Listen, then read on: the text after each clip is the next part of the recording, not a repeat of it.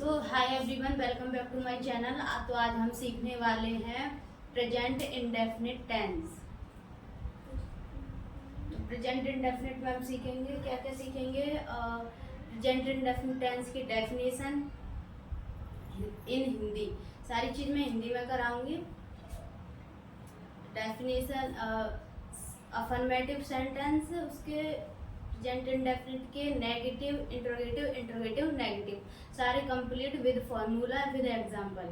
तो हम स्टार्ट करते हैं प्रेजेंट इंडेफिनिट टेंस की डेफिनेशन।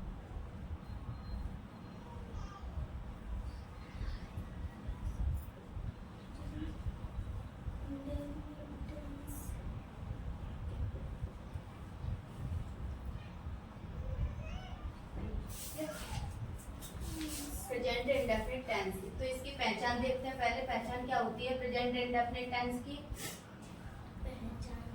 हिंदी में कराऊंगी मैं। पहचान क्या होती है? जिन हिंदी वाक्यों के अंत में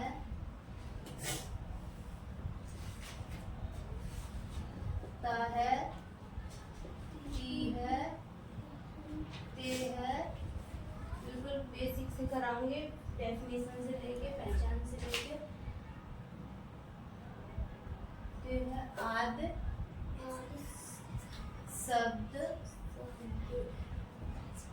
तुम लोग अपना काम करोगी, मारोगी, आवाज करोगे। ता है, ती है, ते आदि शब्द आते हैं। ठीक है, तो इसके रूल होता है रूल नंबर 1। रूल नंबर 1, एक वचन कर्ता यानी सिंगुलर सब्जेक्ट। एक वचन कर्ता, सिंगुलर सब्जेक्ट कौन से होते हैं? ही, सी, इट, नेम। अभी ये कौन बोल रहा है? अभी खड़ा कर दो यहाँ पे। नेम के साथ वर्ब में एस या ईएस जोड़ते हैं। ठीक है, ये रूल नंबर 1 हो गया। रूल नंबर 2, बहुवचन करता यानी प्लूरल सब्जेक्ट।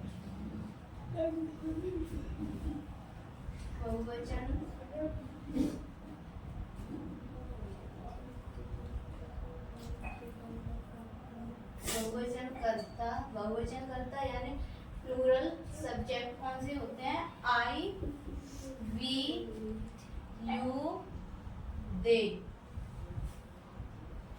के साथ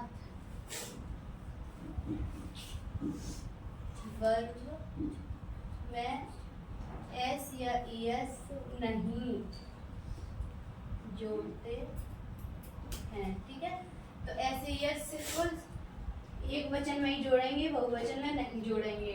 ठीक है, अब रूल नंबर 3। रूल नंबर 3 ये है कि एस या ईएस जोड़ेंगे, लेकिन एक वचन में ही जोड़ेंगे। तो लेकिन एस कहाँ जोड़ेंगे, ईएस कहाँ जोड़ेंगे? ठीक है, तो इसके लिए एक नियम है, यानी रूल 1, यदि वर्ब का आखिरी शब्द यानी आखिरी मीनिंग, आखिरी अक्षर हुआ ना, आखिरी शब्द क्या होगा? O, C H, S H, X and double S हो तो ईएस जोड़ते हैं। ठीक है, और बाकी सब में एस जोड़ते हैं। ठीक है, लेकिन सिर्फ एक वचन में ही जोड़ेंगे एस ई एस, और जहाँ पर OCH लास्ट में आए मीनिंग में, जैसे कि अब बताऊंगी OCHSS हो तो वहाँ पे ES जोड़ेंगे वर्ब में। अगर इनमें से कोई भी ना आए लास्ट में तब S जोड़ेंगे, लेकिन एक वचन में ही जोड़ेंगे। ठीक है, आगे कराती हूँ मैं।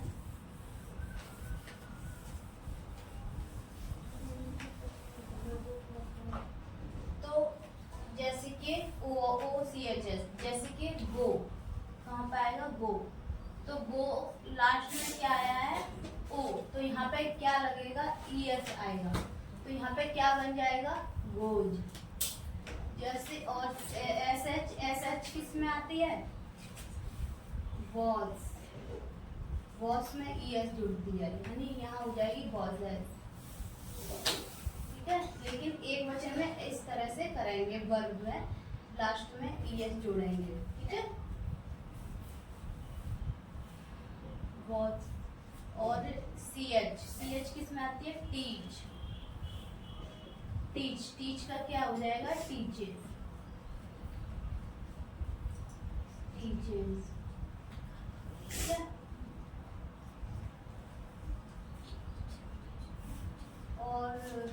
और ऐसे ही लास्ट में क्या है, जैसे लास्ट में ये आया O, यहाँ पे SH आया है, यहाँ पे CH आया है, और ऐसे ही X आए लास्ट में, डबल S आए तो क्या लगेगा ES लगेगा।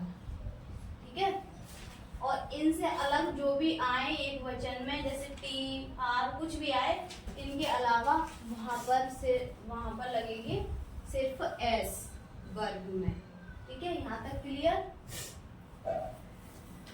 तो मैं आपको फॉर्मूला लिखाती हूँ, फिर उस सिंपल यानी अफर्मेटिव सेंटेंस, ये अफर्मेटिव सेंटेंस का फॉर्मूला है।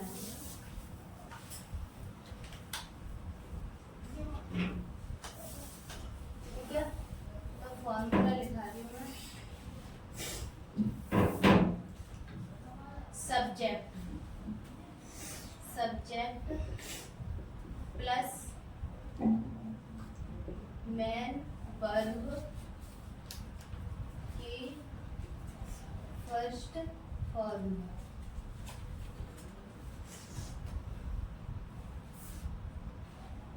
मेन वर्ब की फर्स्ट फॉर्म प्लस ऑब्जेक्ट। ठीक है, तो सब्जेक्ट क्या होता है, सब्जेक्ट होता है कर्ता, कर्ता जो अभी लिखवाए थे he she it name I we you they, ये क्या होते हैं कर्ता यानी सब्जेक्ट। मेन वर्ब यानी मुख्य क्रिया वर्ब हो गई, वर्ब का मीन्स क्या होता है क्रिया, पहले कर्ता आएगा फिर क्रिया आएगी, फिर अरे मैं ऐसे ही लगाना भूल गई, मेन वर्ब की फर्स्ट फॉर्म प्लस S या ES। ठीक है, यहाँ पे वर्ब में ऐसे ES जुड़ेगी, फिर उसके बाद ऑब्जेक्ट। ठीक है, फिर उसके बाद क्या आएगा ऐसे ES लगेगी, फिर ऑब्जेक्ट मीन्स कर्म।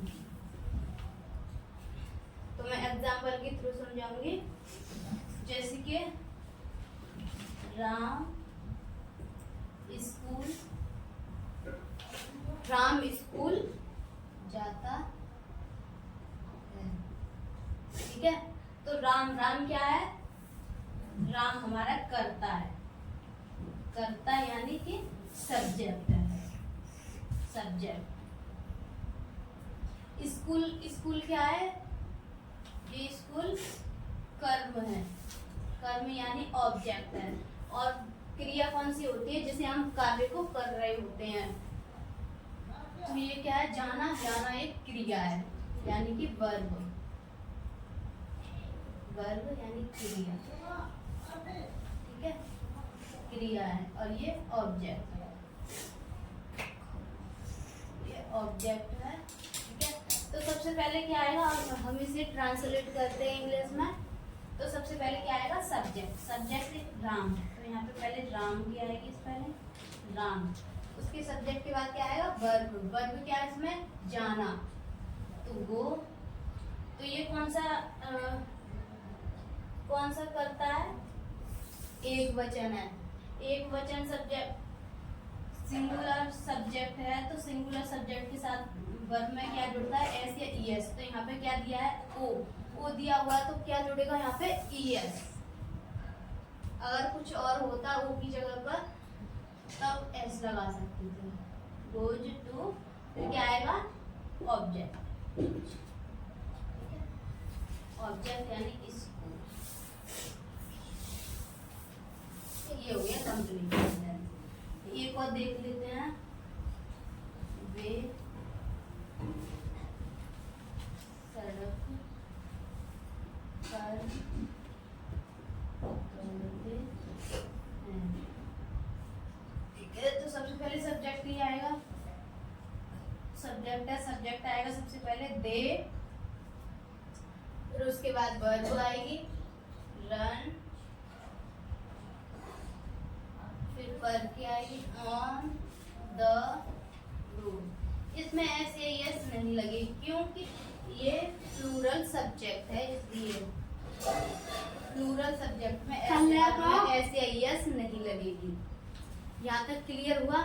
तो ये अफर्मेटिव के रूल्स थे।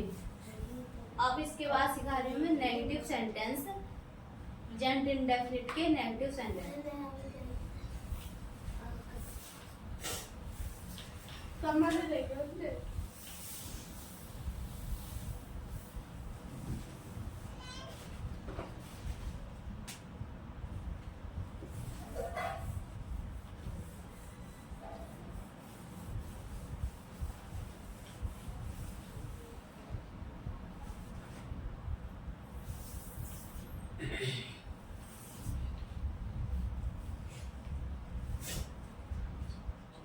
नेगेटिव सेंटेंस, नेगेटिव सेंटेंस कौन से होते हैं, तो इसकी डेफिनेशन लिखवा रही हूँ। तो इसकी डेफिनेशन लिख रही हूँ मैं। जिन हिंदी वाक्यों में, जिन हिंदी वाक्यों में नहीं शब्द आए तो उन्हें नेगेटिव, नेगेटिव यानी नकारात्मक, नेगेटिव या नकारात्मक वाक्य कहते हैं।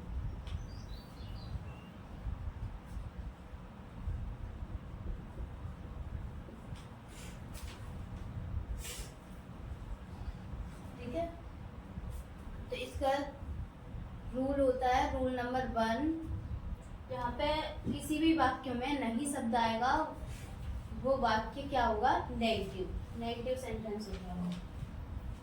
तो रूल नंबर 1, एक वचन करता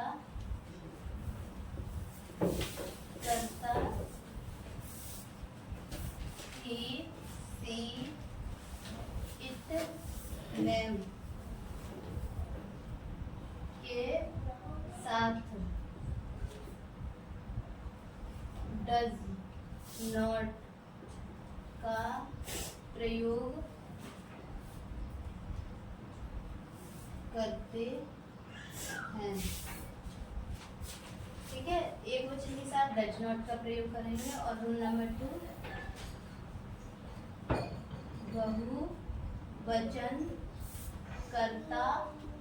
बहुवचन करता आई, वी, यू और दे, I we you and they के साथ डू नॉट का प्रयोग करते हैं, प्रयोग करते हैं।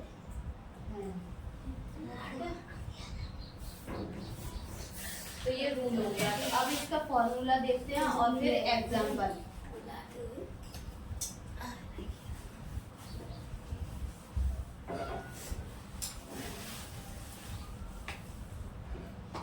ठीक है, फॉर्मूला क्या है इसका,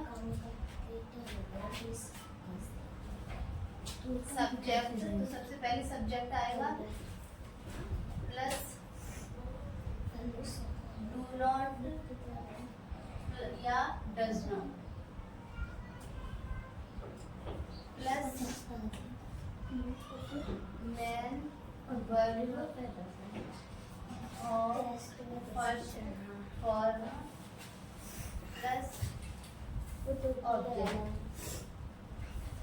ठीक है, इसमें ऐसे एस नहीं लगेगी क्योंकि एक क्वेश्चन में ही लगती है, तो यहाँ पे लग गई है, ये समझ लो। ठीक है, तो अब इसका एग्जाम्पल देखते हैं। जैसे कि राम स्कूल नहीं जाता है, तो सबसे पहले सब्जेक्ट आएगा, सब्जेक्ट यानी राम। फिर उसके बाद डू नॉट या डज नॉट आएगा, तो ये सिंगुलर सब्जेक्ट है, तो सिंगुलर सब्जेक्ट के साथ डज नॉट आएगा और प्लूरल सब्जेक्ट के साथ डू नॉट आएगा। तो यहाँ पे डज नॉट जी तो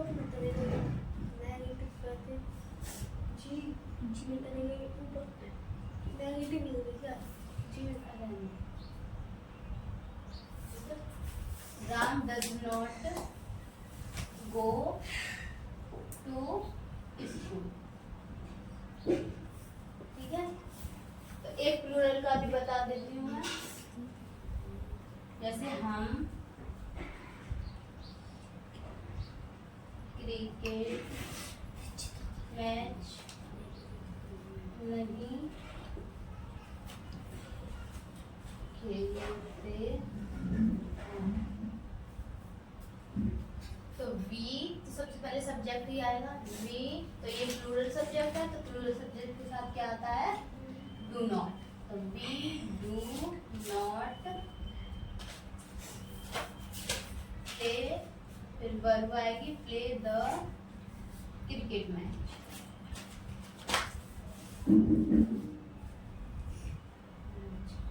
तो नेगेटिव भी करा दिए हैं। आई होप आपको समझ आया होगा। तो अब चलते हैं हम इंटरोगेटिव की तरफ। तो इंटरोगेटिव सेंटेंस सीखेंगे प्रेजेंट इंडेफिनिट टेंस के।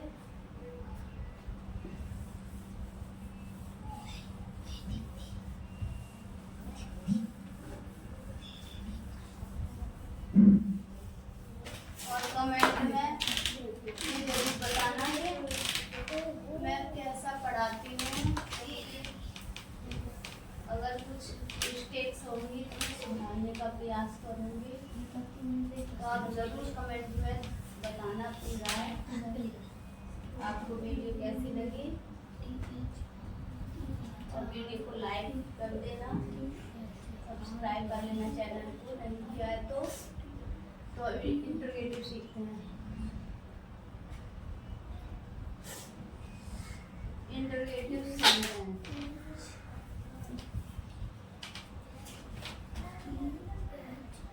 इंटरोगेटिव सेंटेंस होते हैं प्रश्नवाचक वाक्य।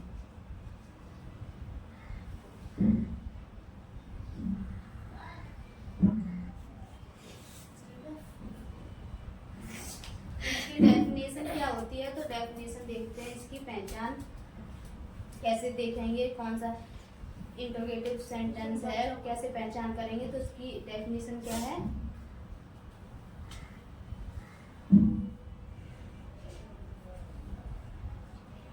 जिन हिंदी वाक्यों में क्या, कब, क्यों,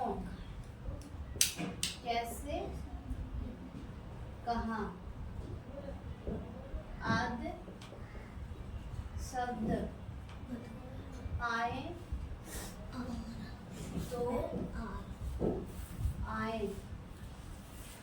तो उन्हें इंटरोगेटिव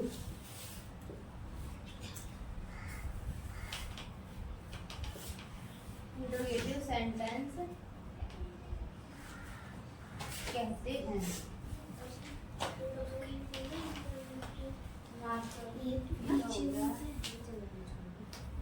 ठीक है, जिन हिंदी वाक्यों में क्या आएगा, क्या, कब, क्यों, कैसे, कहाँ आए तो उन्हें क्या कहते हैं, इंट्रोगेटिव सेंटेंस यानी प्रश्नवाचक वाक्य।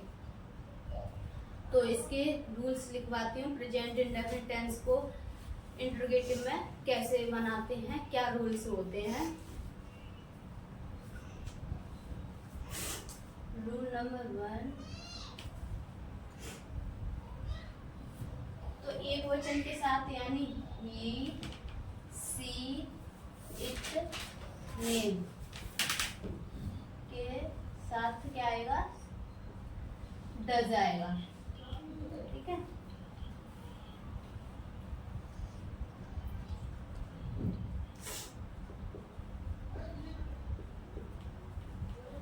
और रूल नंबर 2 यानी I, we, you, they.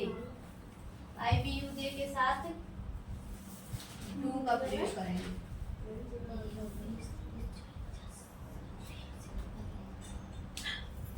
Cheating करवाओगे, शांति से करो अपना अपना काम, प्रयोग करते हैं। ठीक है।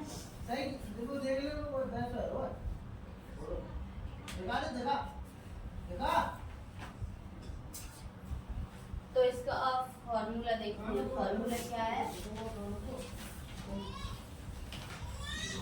हाँ मेरे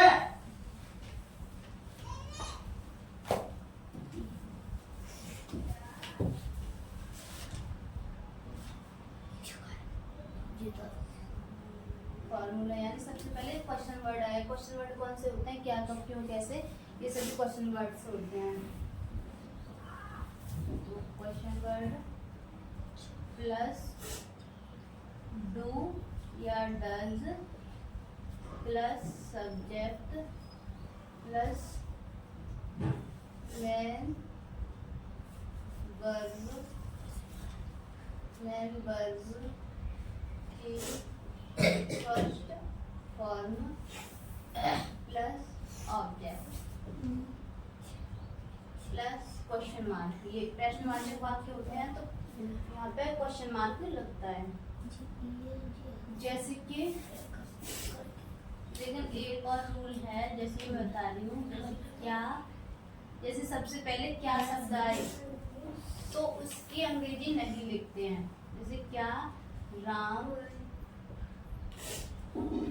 मथुरा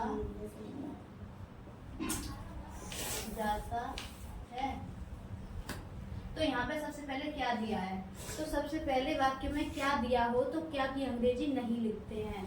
फिर क्या लिखते हैं, तो सबसे पहले क्या लिखते हैं, डू या डज।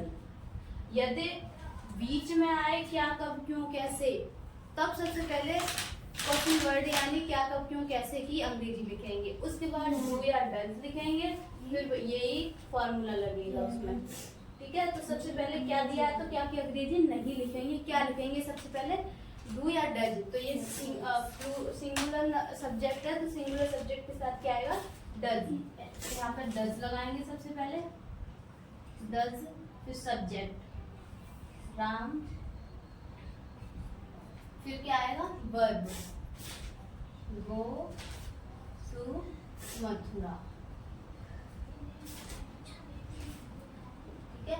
तो ये question word, question interrogative sentence था, तो यहाँ पे क्वेश्चन मार्क लगेगा। तो एक और एग्जांपल करके दिखाती हूँ मैं।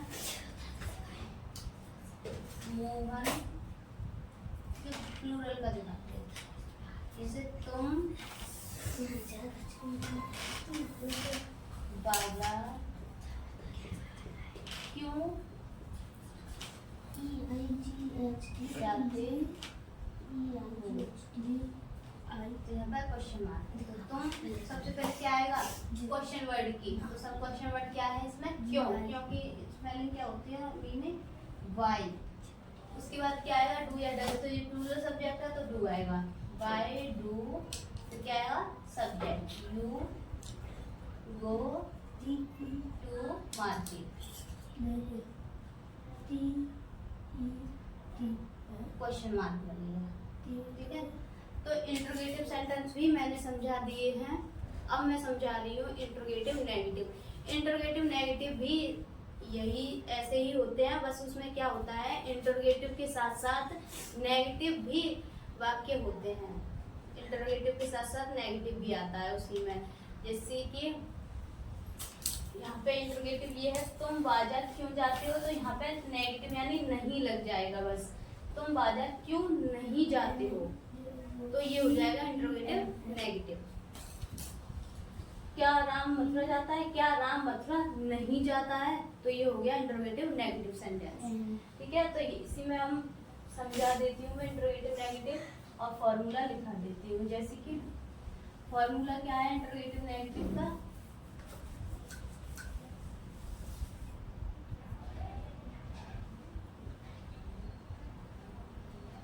इंटरोगेटिव नेगेटिव का लिखाएंगे।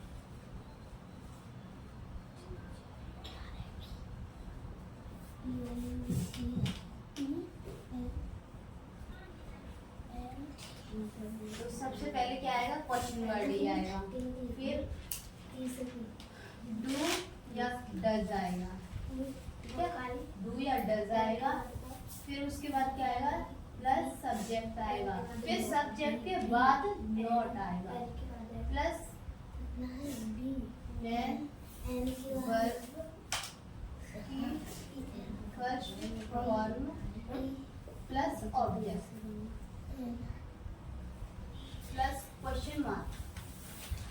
ठीक है, तो ऐसे ही इसे हम करके देखते हैं कैसे बनेगा ये।